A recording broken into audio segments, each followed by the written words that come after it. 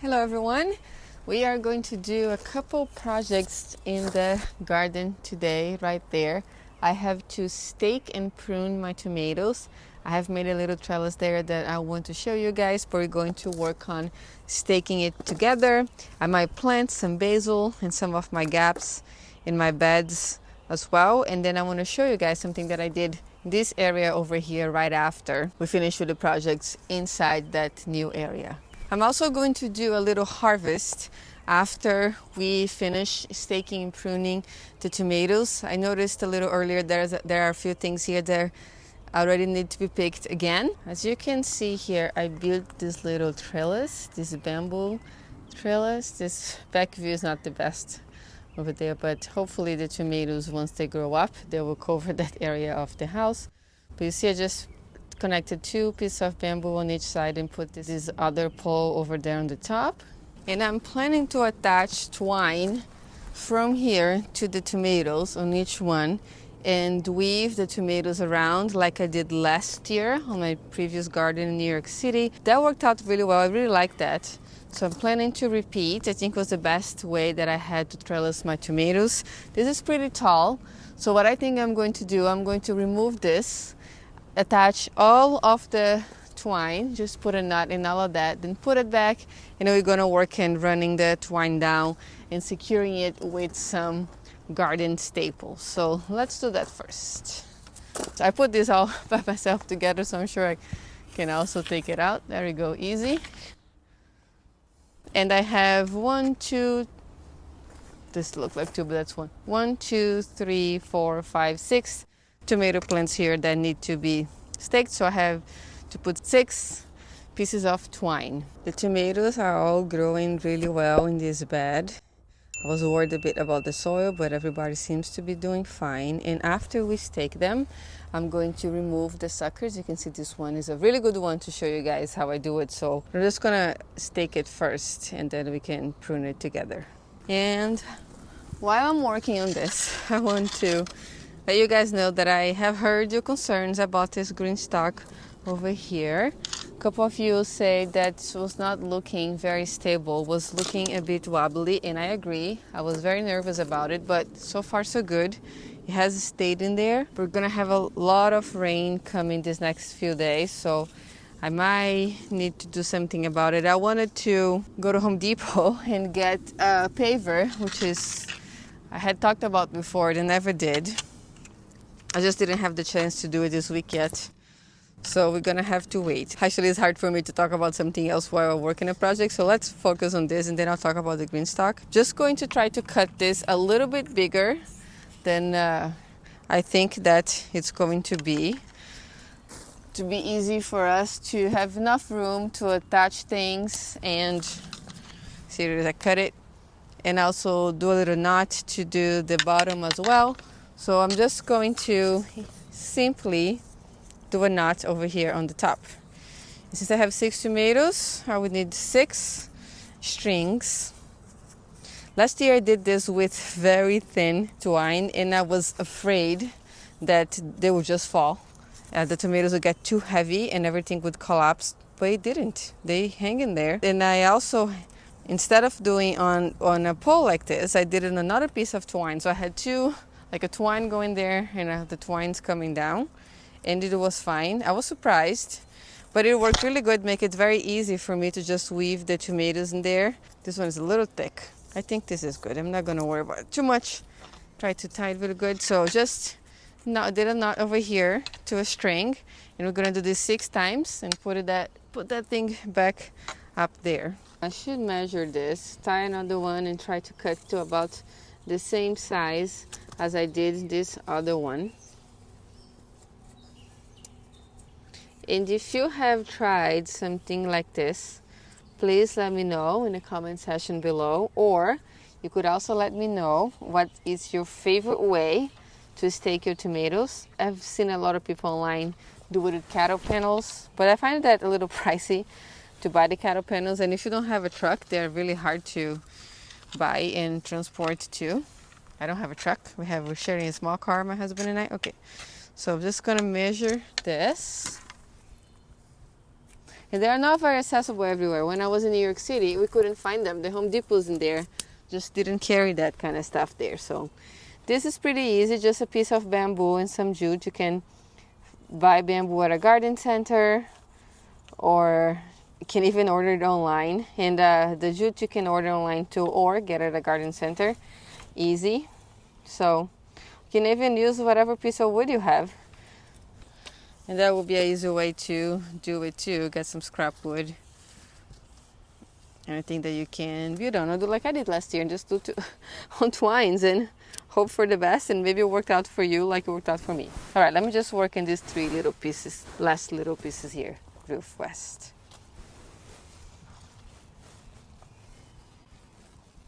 I'm just gonna put this here.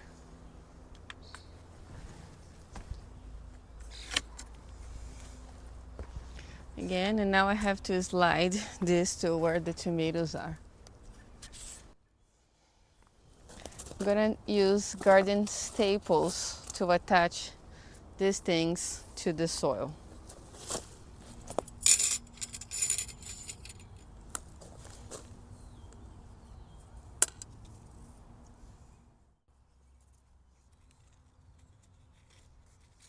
And I'm just holding this, getting this staple and putting where I would like to go. Sorry, this sage is in front of it.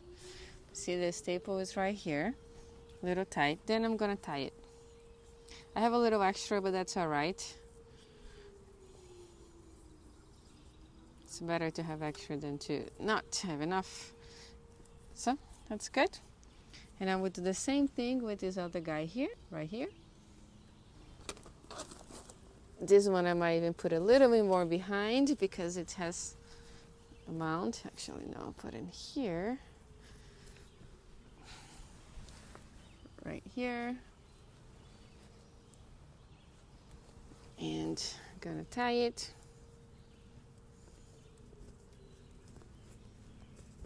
Two times. And here we go. And now to stake them is very simple. I will do it at multiple angles so it'll be easier for you guys to see. But this is the twine. And I'm just going to weave it. Weave the whole plant on the twine. And it might seem that it's a little tight, but when you do this with jute, I'm going to remove this sucker over here. This is the leader or the main point. And sorry, when you use with jute can get a little more loose if it's when it gets wet and stuff. So this is the first one. And this one is a little bit more complicated because it has a bunch of suckers. Now I lost which one was the main. I might choose this back one here. So let me get this guy. Hopefully you guys can still see from that angle. I'll change the camera soon and just weave it. And I'm gonna have to prune out those other suckers over there. Something going on. These sirens were going on since a lot earlier today. I'm sorry, that's back again. But I'm just going to do the same thing with these other ones.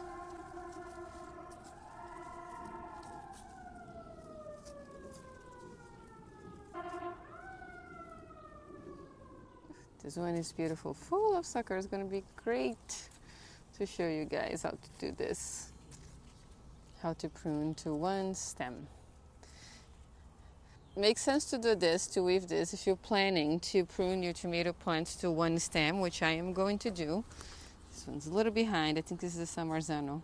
But if you wanted to have them all bush out and do their thing, maybe another staking method would be better. But for this one, if you want to do it to one stem, I like it. I think it makes it nice and it's super easy. I don't have to be coming here with little things to tie them up into a pole like I used to do it before. So I really like it. All right, they're all weaved, and now we're going to work on pruning. And we're going to start with this one because it's easier to see. That one is growing in a weird shape, so we're going to start with the easy one. So you see there's a main stem here. That's the one we're training to be. And you see that on this little L, the little armpit here, there's one coming diagonally. So this is a sucker, and that's what we want to remove. So there's a baby tomato plant. You could root this if you wanted. If they're very small, like this, you can see, I don't know, there's a leaf on the front, but like this, you can do it with your fingers. You can just pop it before they get big. And I prefer to do it when they're this tiny. For some reason, it feels less painful. And this one over here, you can see that grew a bit too big. This was the main stem, and it sort of split when this other sucker was going here. I could cut either this or this at this point, it wouldn't matter, but I'm gonna leave this one, and I'm going to cut this. And now we just prune this to one main stem. And we're going to keep doing this all the way until it grows to the top, so it's easier to harvest, and this plant will produce bigger fruit for us and stay a bit more contained and not go all over the place. And this is our little sucker that I removed. All right, now let's move to this other one here because it's also easy to see. This is also a good one. The top here, like I will start, has smaller, you see, smaller ones. And when it's this little, I just use my fingers and I bend it over. I just break it. Okay, same here. Now here on this side, I'll turn it to this side. There's a sucker here. Here, put my hands in the back. You see, this is the leaf. That's the main stem. The one growing on the diagonally like this is a sucker. So we're gonna take that out. It looks, it's a little baby tomato plant over here. And there was a bigger one back there that one was kind of hiding, this guy here. So again, there's a leaf, main stem, one on the edge like this. This is a sucker. This is a big one. I could have taken this out a lot sooner. And then if you wanted to propagate this, and you can just literally stick this to the soil next to it, or you can put in water and you're gonna get some roots from the stem. But I don't want to do that because I have too many. I don't have any space to have any more tomatoes, so I'm gonna just keep cutting them.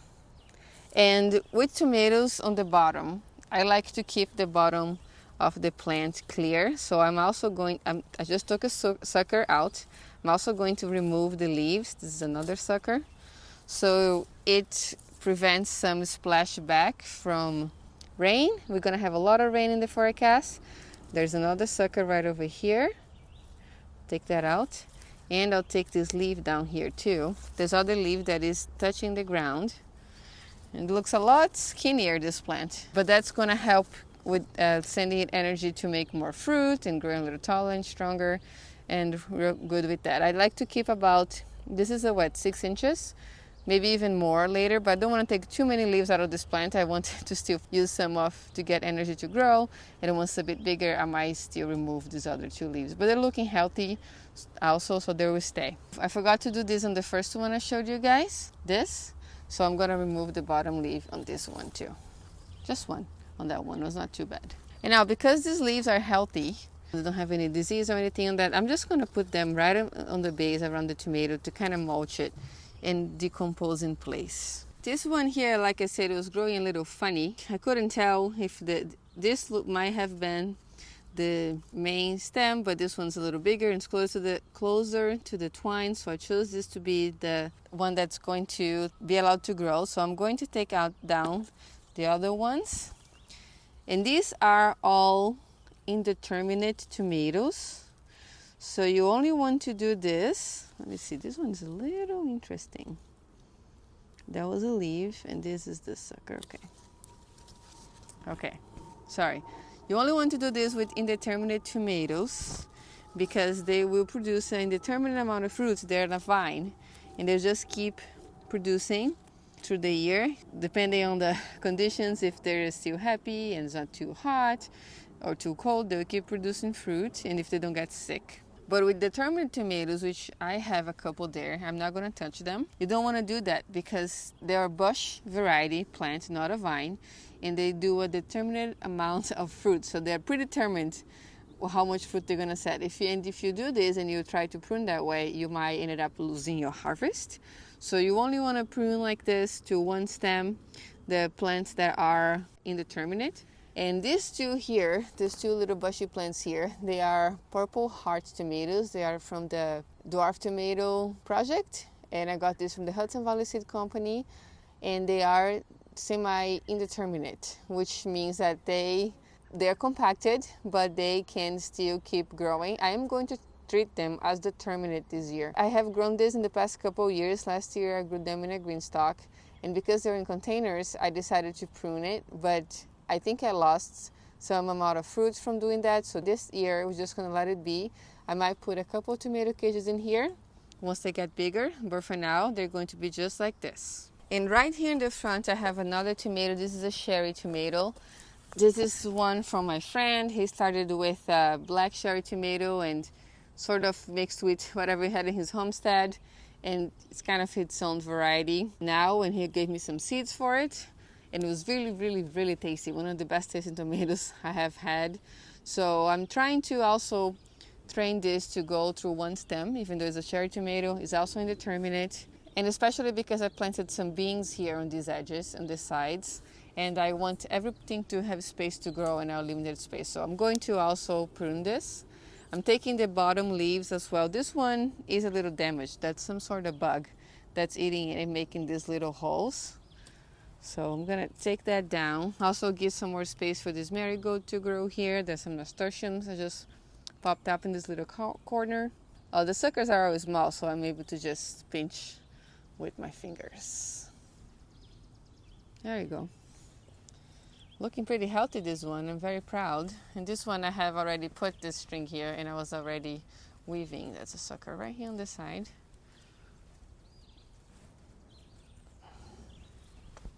It's feeling like it's going to rain.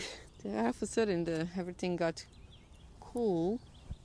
The temperature got cool and dark, so should speed up here too. But that's it. That we have all of the tomatoes pruned, and that's amazing. This is just going to get rid of it since it's a bit damaged. And now real quick before I leave this fenced area, I want to talk about the Greenstock a bit, because I have decided that I'm going to put the seed houses on here. I want to protect the little young seedlings from birds and just make sure everything germinates fast. I think a few things are going to germinate faster than others. And I ordered a yellow lid because I don't really like this black lid and how it looks here against the yellow. So that should be coming soon. I bought it on the sale still. We should have a yellow lid and some more seed houses to put in this Greenstock and aid with the germination here. I'm also, when I can, am going to go grab a concrete slab to either put this here, or if we protect this in the beginning until I can get the concrete slab, I can do the seed houses and put it outside by the other Greenstocks so the groundhogs don't get them while the plants are young, or the squirrels. I was also thinking that if I do get the concrete slab, I might put it over here where this potato is, because in the back there it's going to limit a bit where the corn and the sunflowers and the beans can grow. It doesn't have a lot of space. So if I'm able to make this surface flat here, I might move this Greenstock here. The potatoes can go anywhere else in the garden because they're in a pot. So we're going to decide on that too. Now let me go outside and show you guys something else that I did today. I meant to film it. I also put together this covering system for this elevated garden bed here. And I did try to film a little bit, but I had a problem with my camera, plus all the sirens you guys heard before were here for a long time. I don't know what was happening, but we have it done. I have it all covered. I'm going to open here to show you guys. This is pretty cool.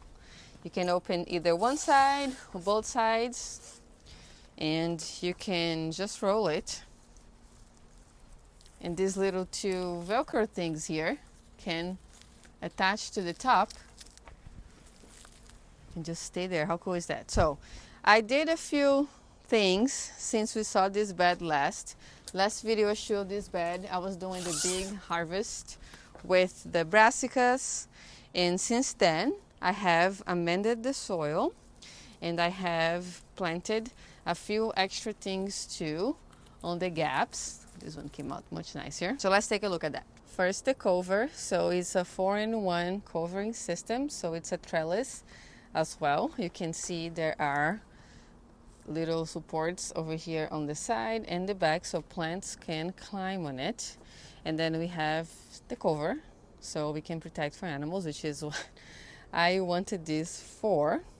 I don't have it in here. It came with little hooks that you can put in here if you're not using as a trellis to put your garden tools and stuff like that. It's pretty cool. And here we have the cauliflowers. Look at this that you saw last, but now we have some babies. That's a purple, yellow one in there and a purple.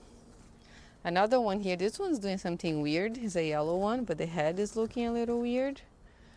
So I don't know what's happening there. We had some potatoes that were already planted there too. Some other potatoes here on this side. This side's a bit more dense. And it's good because now I have this trellis up. So everything's standing up. The potatoes were falling off the bed. So that's good.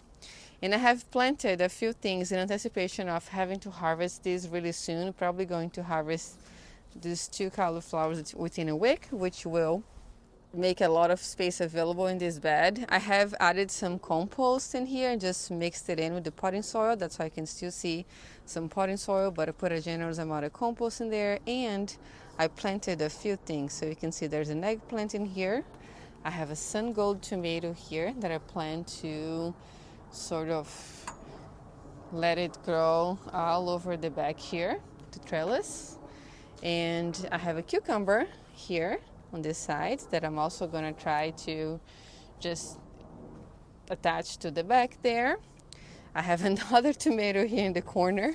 When I planted this, I didn't know how big this will be, but I think it's going to be okay. And that one is a kind of like a cocktail sized tomato. Is in between a cherry and a regular tomato. So I'm going to try to train this to one stem to come up and see what's going to do. This cauliflower leaf's not looking great. There's some sort of bug eating it, so we're gonna take it out, give a bit more space to this cucumber. I believe this is, I don't remember. I thought I had a tag. I don't, but maybe, I think this is a gherkin that we are growing for pickling. And oh, look at this. I just missed this. I should actually tie this up. That's good to keep it in place.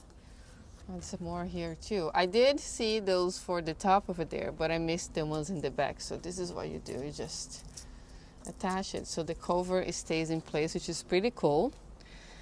And I need 2 hands to tie this, but I'll do this when I finish filming. So I also put some peppers here, sorry. So cucumber, tomato, this is gonna go out soon. Pepper, so that will have a lot of space. I'm planning to let the broccoli stay. Oh, we also have to harvest a few things. Speaking of broccoli, I know there's some broccoli on that Greenstock over there. If it's not raining, in 5 minutes we'll go there and harvest too. And here we have another pepper. That is an eggplant. But now these guys here, these seedlings, these peppers and eggplants, they've been sitting their seedling cell in there for a long time. So I'm not sure how good they will do. This is just an experiment. If they don't do well, I can just sow some bush beans here from seed for a quick crop. Let me take this other leaf of this cauliflower. Oops, out too. It's turning yellow. And here we have it. Our bed is kind of flipped for the summer, and I hear rain drops. So before the rain gets too hard, I'm gonna harvest a few things here that I want for dinner. I'm not gonna bring the camera much closer. I have some broccoli here. I'll show you guys after, depending on the rain. Broccoli. Some other one here. Let me rotate this. There's lots of strawberries, which is cool. Whoops, spider. Just a handful of broccoli today. Here's the broccoli that I just grabbed. Now strawberries. We're gonna have this after dinner with some chocolate. I've been loving having some strawberry and dark chocolate as a snack. Oh my God, so many. This too. This one can go, and that other one can stay another day. I'll have that for breakfast tomorrow. I've been also coming here and eating a strawberry a day for breakfast before I leave, once they're there. But here we are. I have a tiny handful, and I wanted some herbs for dinner too, so I'm gonna grab some of this oregano. I kind of want to just harvest the tops to make the plant a little bushy, not too much, just a little bit. Even though I have a big basket, I won't harvest too many things. I wanted some lemon balm for tea that I can have before we go to bed too. Lemon balm is very calming. I want to give a good, I gotta actually be careful with spiders, but I want to give a good haircut on this because it can be a little aggressive growing. Ah, it smells so good. I want to make sure I keep up with the harvesting, and it's been very nice and soothing to have this before bed. Oh, there's some beans. Oh, the rain's coming back. All right, let me just grab these beans. Look at that, guys. Unexpected harvest. How wonderful. That is so nice. Can put that in. I'm making stew for dinner tonight. Chicken stew. I'll put some broccoli. I have some Swiss chard in there, and I'm also going to put some beans. And I think we're good because the rain is coming. All right, I put the camera under the tree so I can film a little ending. But I just want to say thank you so much for watching today. Please let me know if you have any questions about anything that you saw today and what's your favorite way to stake your tomatoes. I hope you're having a wonderful day, and I'll see you next time.